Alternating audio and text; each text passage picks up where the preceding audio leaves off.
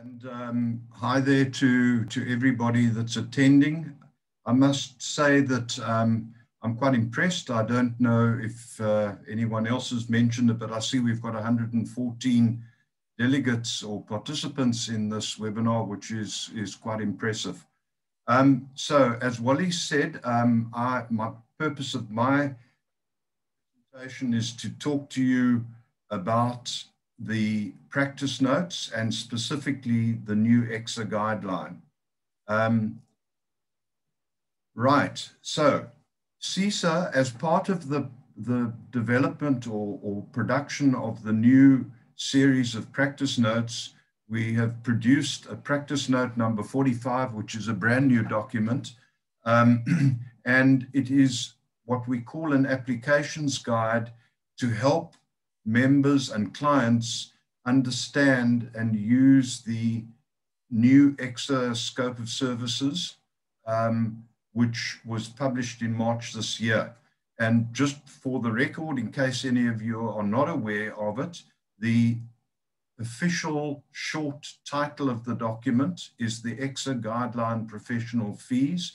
The full title is, as written there, the Scope of Services and Tariff of Fees. The important thing is that it was published in Government Gazette 44333 of the 26th of March 2021 as Board Notice 22 of 2021. So it is there, it is officially published. You can also find it on the CESA website, but when I last looked, it was quite difficult to find, but it is there. One small anomaly on the guideline is that the front cover says that the commencement date is, and then unfortunately it's blank, it hasn't been filled in, but our CESA's interpretation of that is that the commencement date is the 26th of March 2021. Okay, moving on, just a brief background because the CESA guideline has gone through some big changes.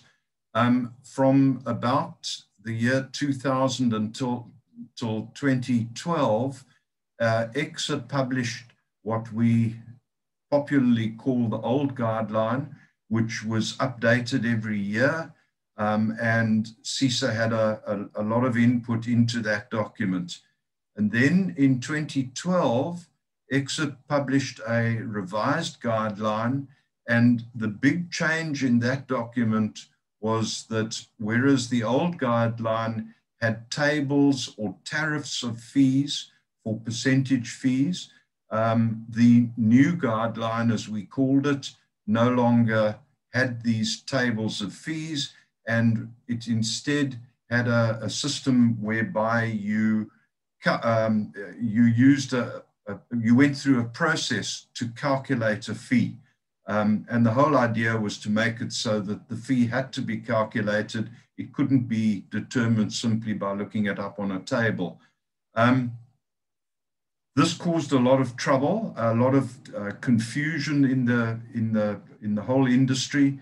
Many client bodies were not happy with the CESA guideline and this method for calculating fees.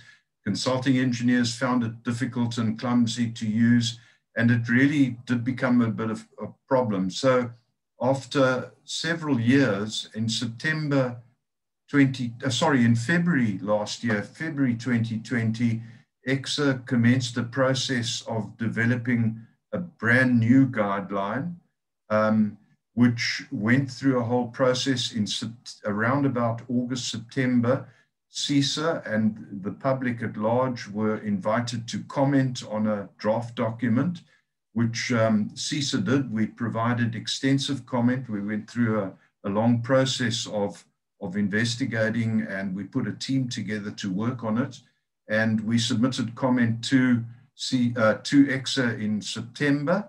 And eventually in March of this year, CESA published their new 2021 CESA guideline.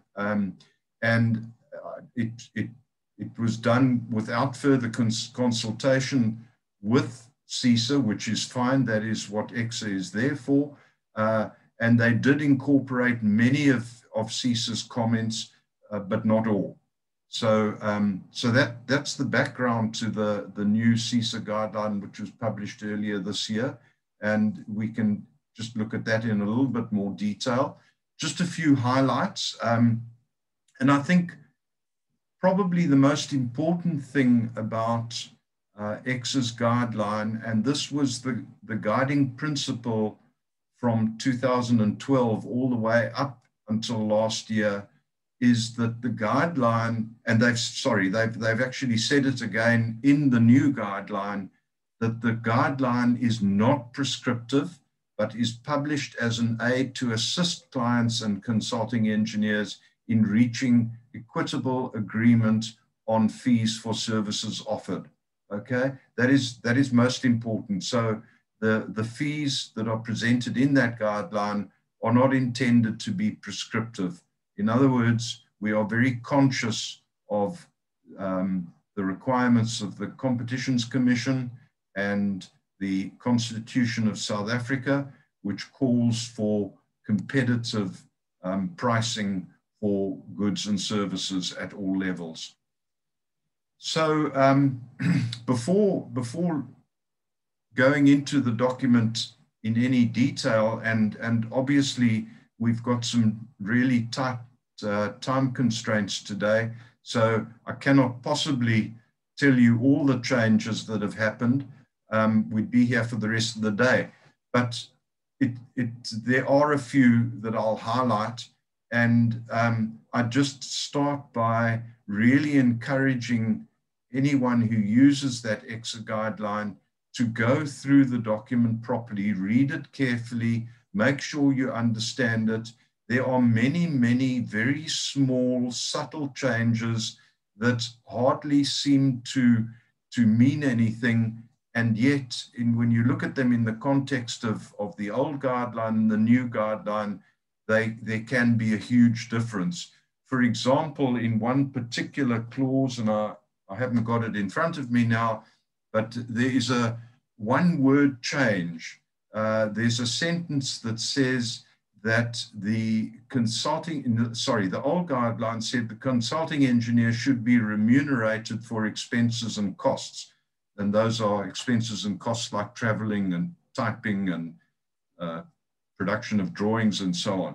The new guideline has changed one word, and it says the consulting engineer must be remunerated. Now, obviously that has huge implications, because it means that the default is that you have to be remunerated for expenses and costs. So why do I say this? I'm just trying to highlight the fact that you do need to read the document properly. We can't do that now today.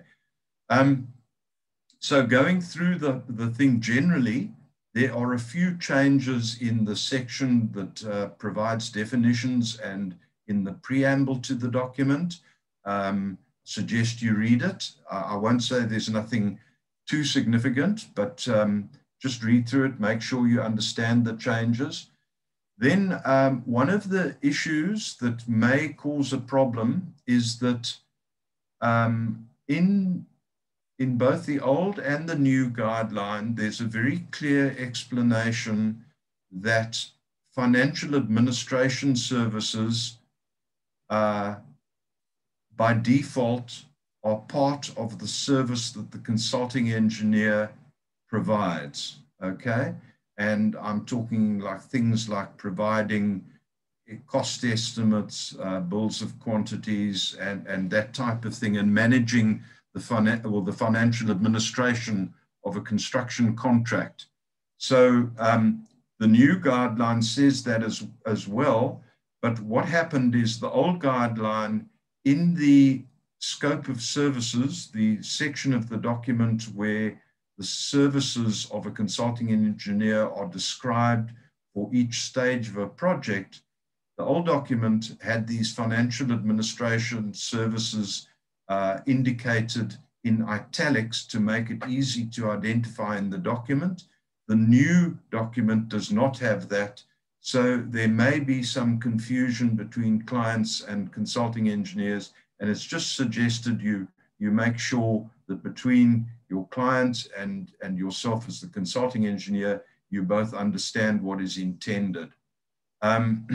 Another important but small change is that in the past, if you had to inspect a particular item of equipment or goods or materials off the site, then you were not paid for doing that, but you could claim, let's say, traveling costs. So if, for example, and it certainly happens with my field of expertise, which is mechanical and electrical, where if we often have to inspect large items of equipment in the manufacturer's factory, which could even be overseas. And in the past, we were paid out the traveling costs for doing that, but we were not paid the time. Now, all off-site inspection and testing of any goods or materials is regarded as an additional service, and the consulting engineer should be paid for that. An item that has disappeared in the latest Gazette or the latest guideline is clarity on what is contractor failure to perform. Now, again, both the old and the new guideline are quite clear that where the consulting engineer is engaged on a project which involves the construction administration and the contractor fails to perform, which results in the consulting engineer having to do additional work. And a simple example of this could be a contractor that doesn't complete the work on time and the project gets extended. The intention of the guideline is that the consulting engineer should be remunerated for the extra time involved. The old guideline provided some explanation and guidelines of what was meant by failure to perform. That has been left out of the new guideline, which is a pity. But it is quite an important item. And then for me, the most important aspect of the new guideline, and it's something that is definitely going to cause problems, is the wording of the clause or clauses which describe construction administration. Now, in the old guidelines, as part of the normal services of the consulting engineer, it was stated that, and sorry, I need to just stop here and just explain something. Construction monitoring is described in the old guideline and the new guideline as having 3 levels of monitoring. Level 1 is where the consulting engineer visits the site occasionally at usually once every 2 weeks at a sort of a frequency that you agree with your client, but typically it's once every 2 weeks. And you might have to do a couple of additional visits at critical times, like when it's getting close to completion or something of that nature.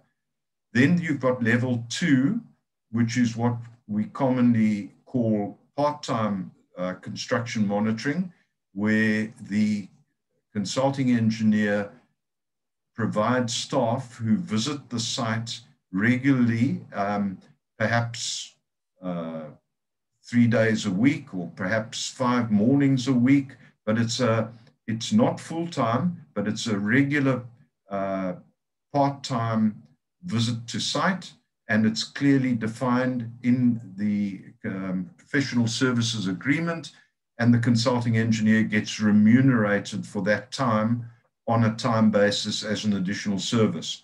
And then thirdly is what is the third level, level 3, and that is where you have a full-time resident engineer on site to monitor the works. Now, what has happened in the new document is that it does not anywhere state which of those 3 levels is regarded as normal services.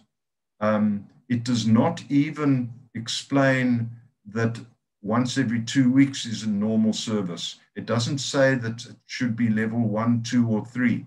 So the real issue here is that it's absolutely essential that when you draw up a professional services agreement between a client and a consulting engineer, the level of construction monitoring and what is expected of the consulting engineer in that level of construction monitoring must be described and defined very clearly.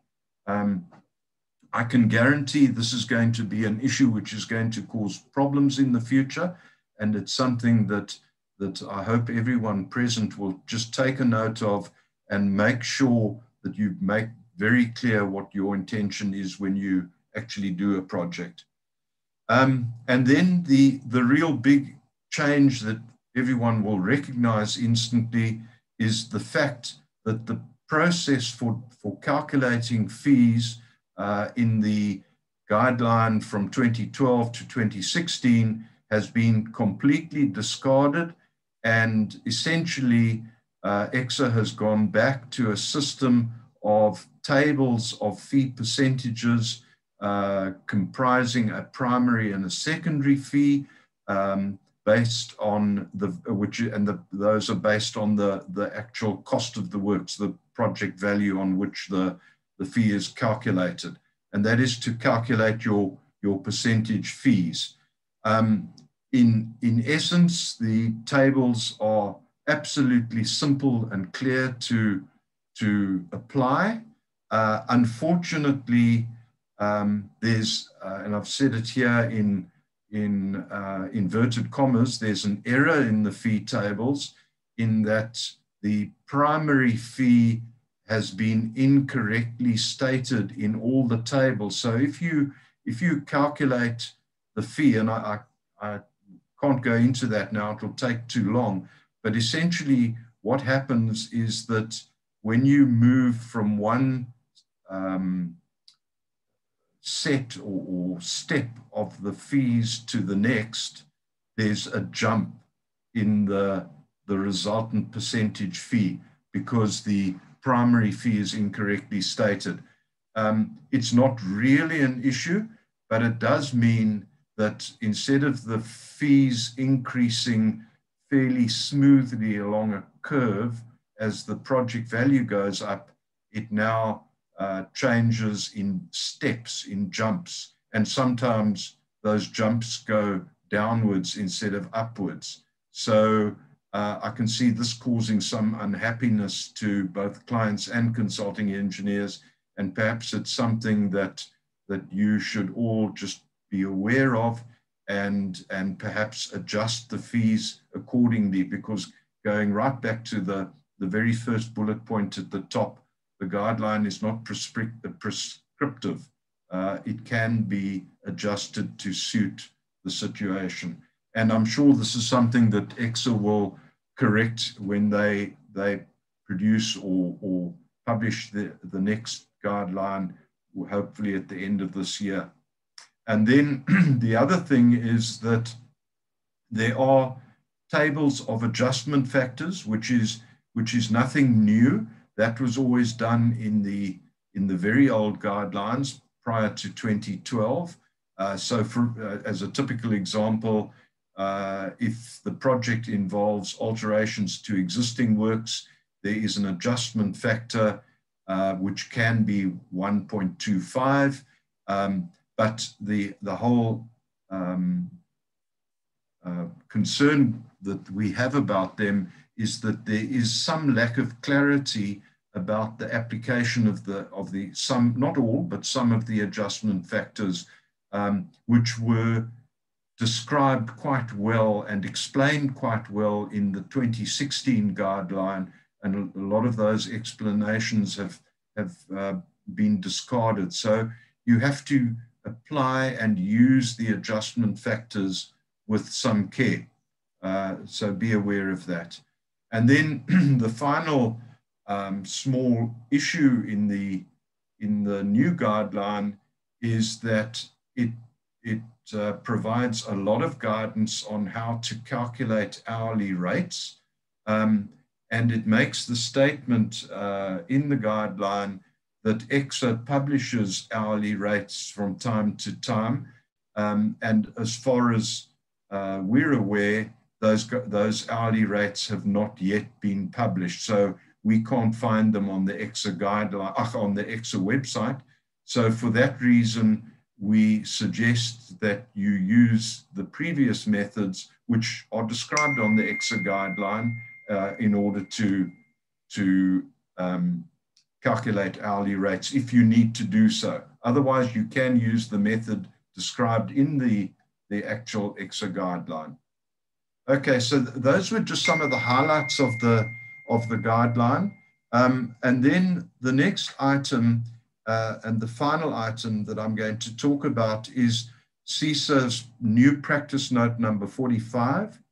And the whole idea of that practice note is to provide guidance to clients and consulting engineers about the new EXA guideline and its interpretation.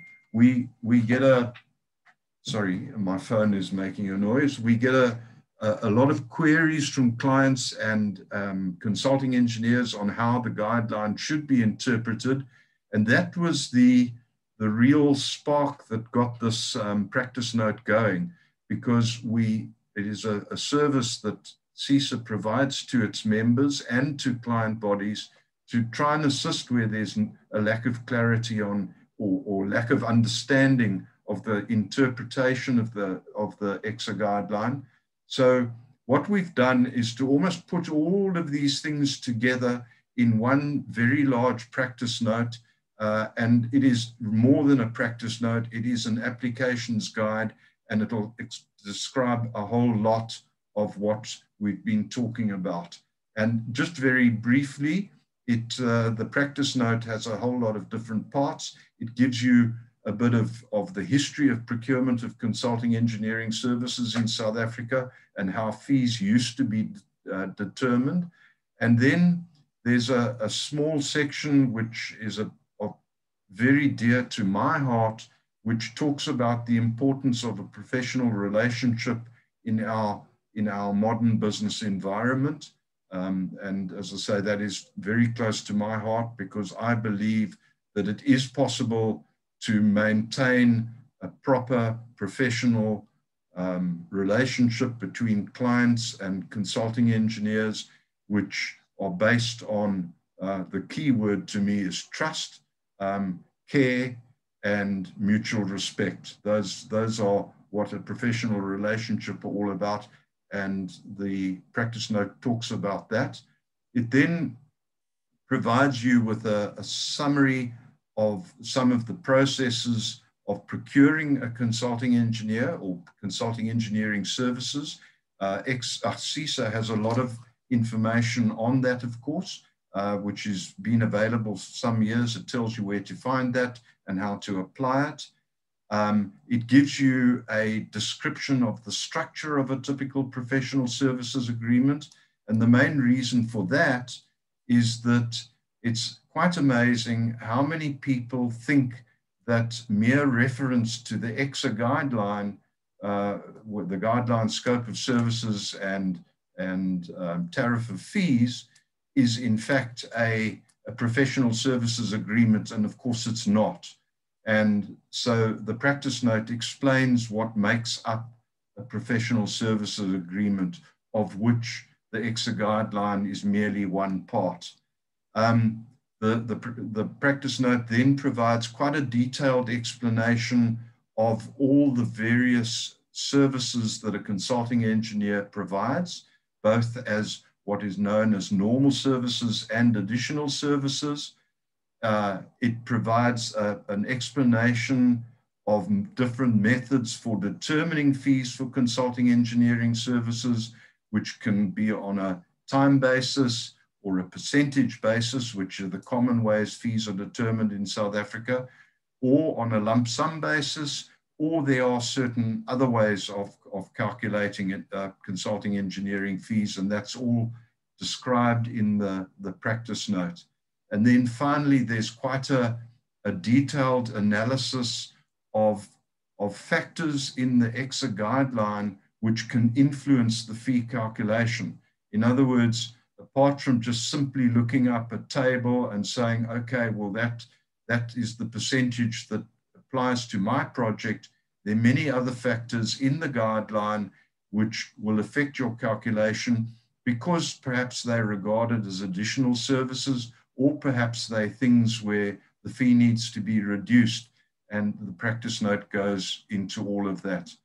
And then finally, there's just a very brief comment on what I will call the scourge of fee discounting, which it's not my personal opinion, it's the opinion of, I think, most knowledgeable people in the engineering industry, that the current practice of reckless fee discounting has enormous implications, not only for the consulting engineering industry, but for infrastructure development in South Africa.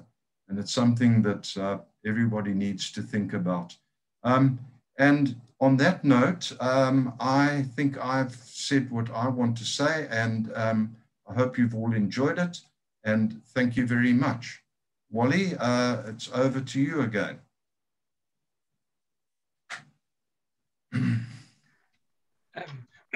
Sorry. Thank you very much, Craig. I was just writing down some questions. It was really an informative talk and very ably presented. And there's no doubt that you're an expert and knowledgeable person in this field. And thank you for sharing the differences between the two guidelines with us.